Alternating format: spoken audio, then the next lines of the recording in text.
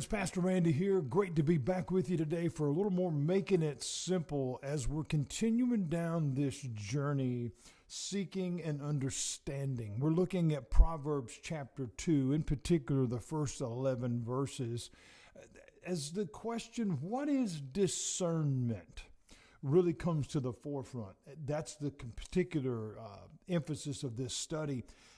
We ended off yesterday with this statement, truth is offered. Many people today have the concept, the idea, if you will, that truth doesn't exist. In fact, there's some who even say that absolute truth doesn't exist, but that's an absolute lie. It's not that truth is not offered, truth is rejected. How can I be so bold and blunt about that? Well, because we have to go back to what is the truth. Because the truth is not what I tell you. Certainly the truth is not what anyone tells you, a politician, a celebrity, or a newscaster.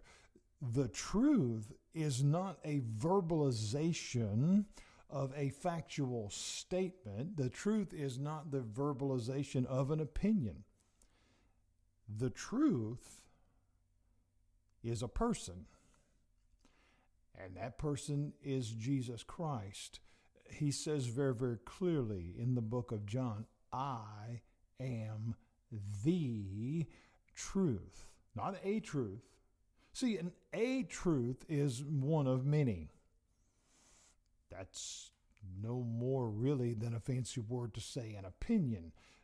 But that's not what Jesus said. Jesus said, I am the truth. And if we accept the fact that God does not change, then that truth still exists. Therefore, it is not that truth is not offered, truth is rejected.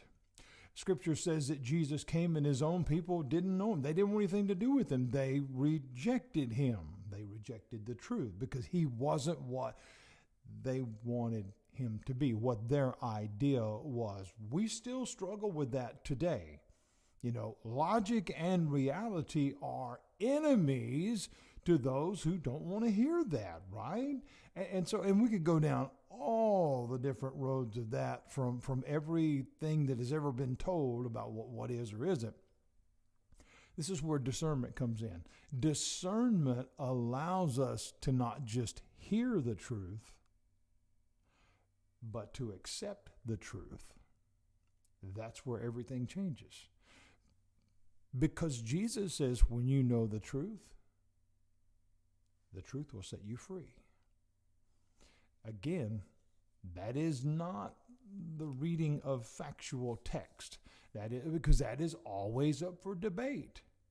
Okay, that is always up, because I just saw two people yesterday in a video debating a particular passage of Scripture from the book of Romans.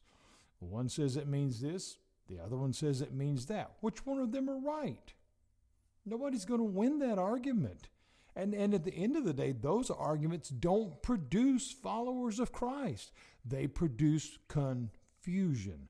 Well, God is not the author of confusion. This is where this whole entire point of my study here is coming. I'm not trying to sway anybody in one particular way or the other. I just want to point you to the truth. And the truth is not what Pastor Randy says, although I'm giving you everything in my heart. But the truth is Jesus. And if you don't know him, you won't be free. Because again, if you know the truth, not know about the truth, many people know about the truth. Well, I know we shouldn't do this or shouldn't do that. But every time that but comes into play, it changes the ending of the story. Because then there's opportunities for me to drive, which ultimately could change the destination. Jesus said, if you know the truth, speaking of himself, the truth will set you free. Jesus sets us free through what he did for us at the cross and paid for our salvation.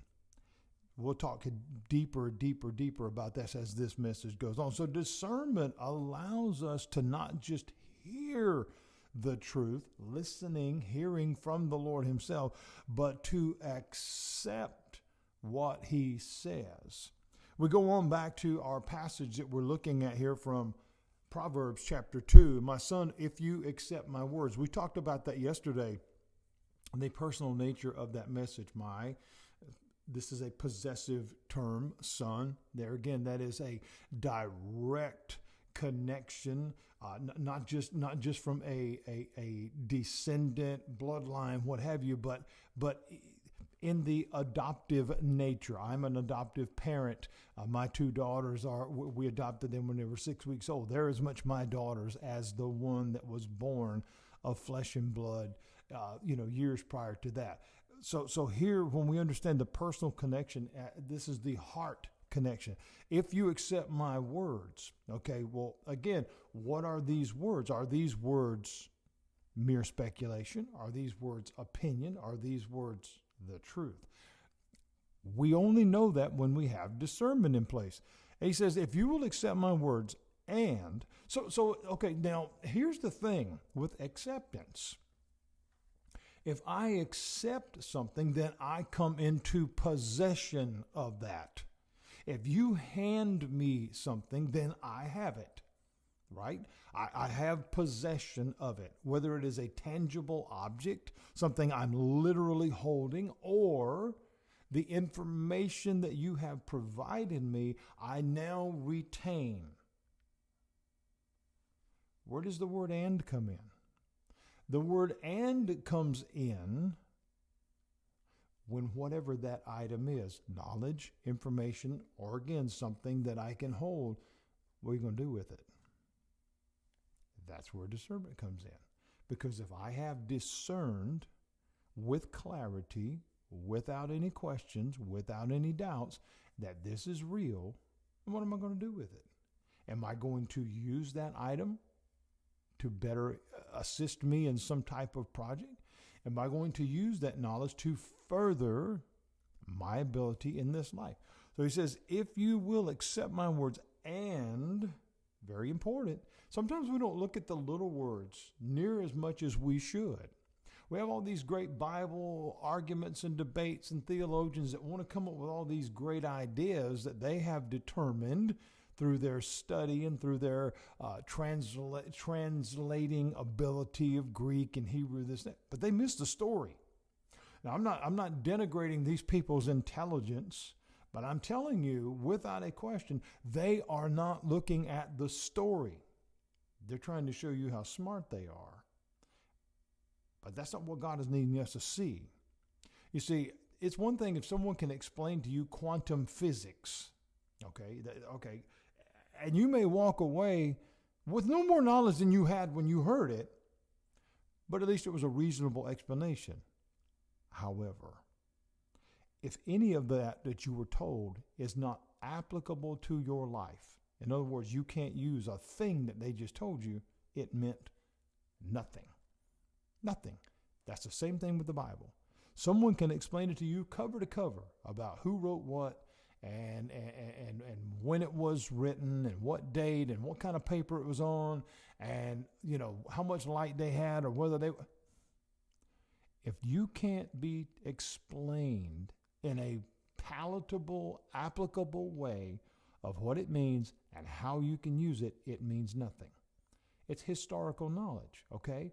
George Washington crossed the Delaware, and Thomas Jefferson did this, and Paul Revere rode the horse, and Abraham Lincoln said, okay, all those things are great, and they're historical facts.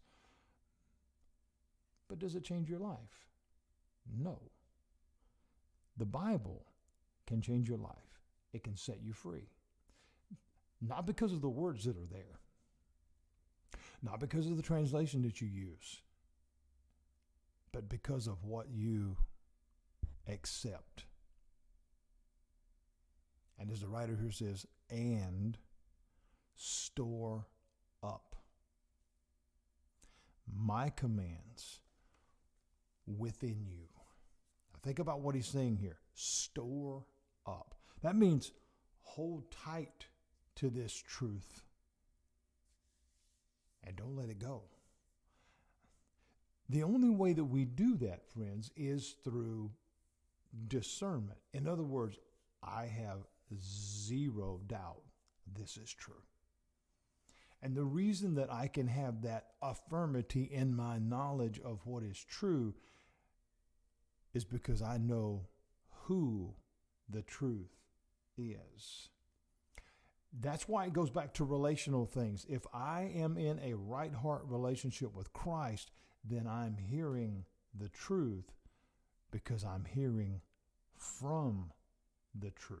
And the writer here says, store up my commands within you. Store up. I'm holding on to it within you. That's personal. That's personal. In other words, you can't take that away. You can't take that away. You can take away my Bible. You can throw it in the trash. You can burn the church building down. But you can't take away what's in my heart. You can't take away what's in my mind, because I know,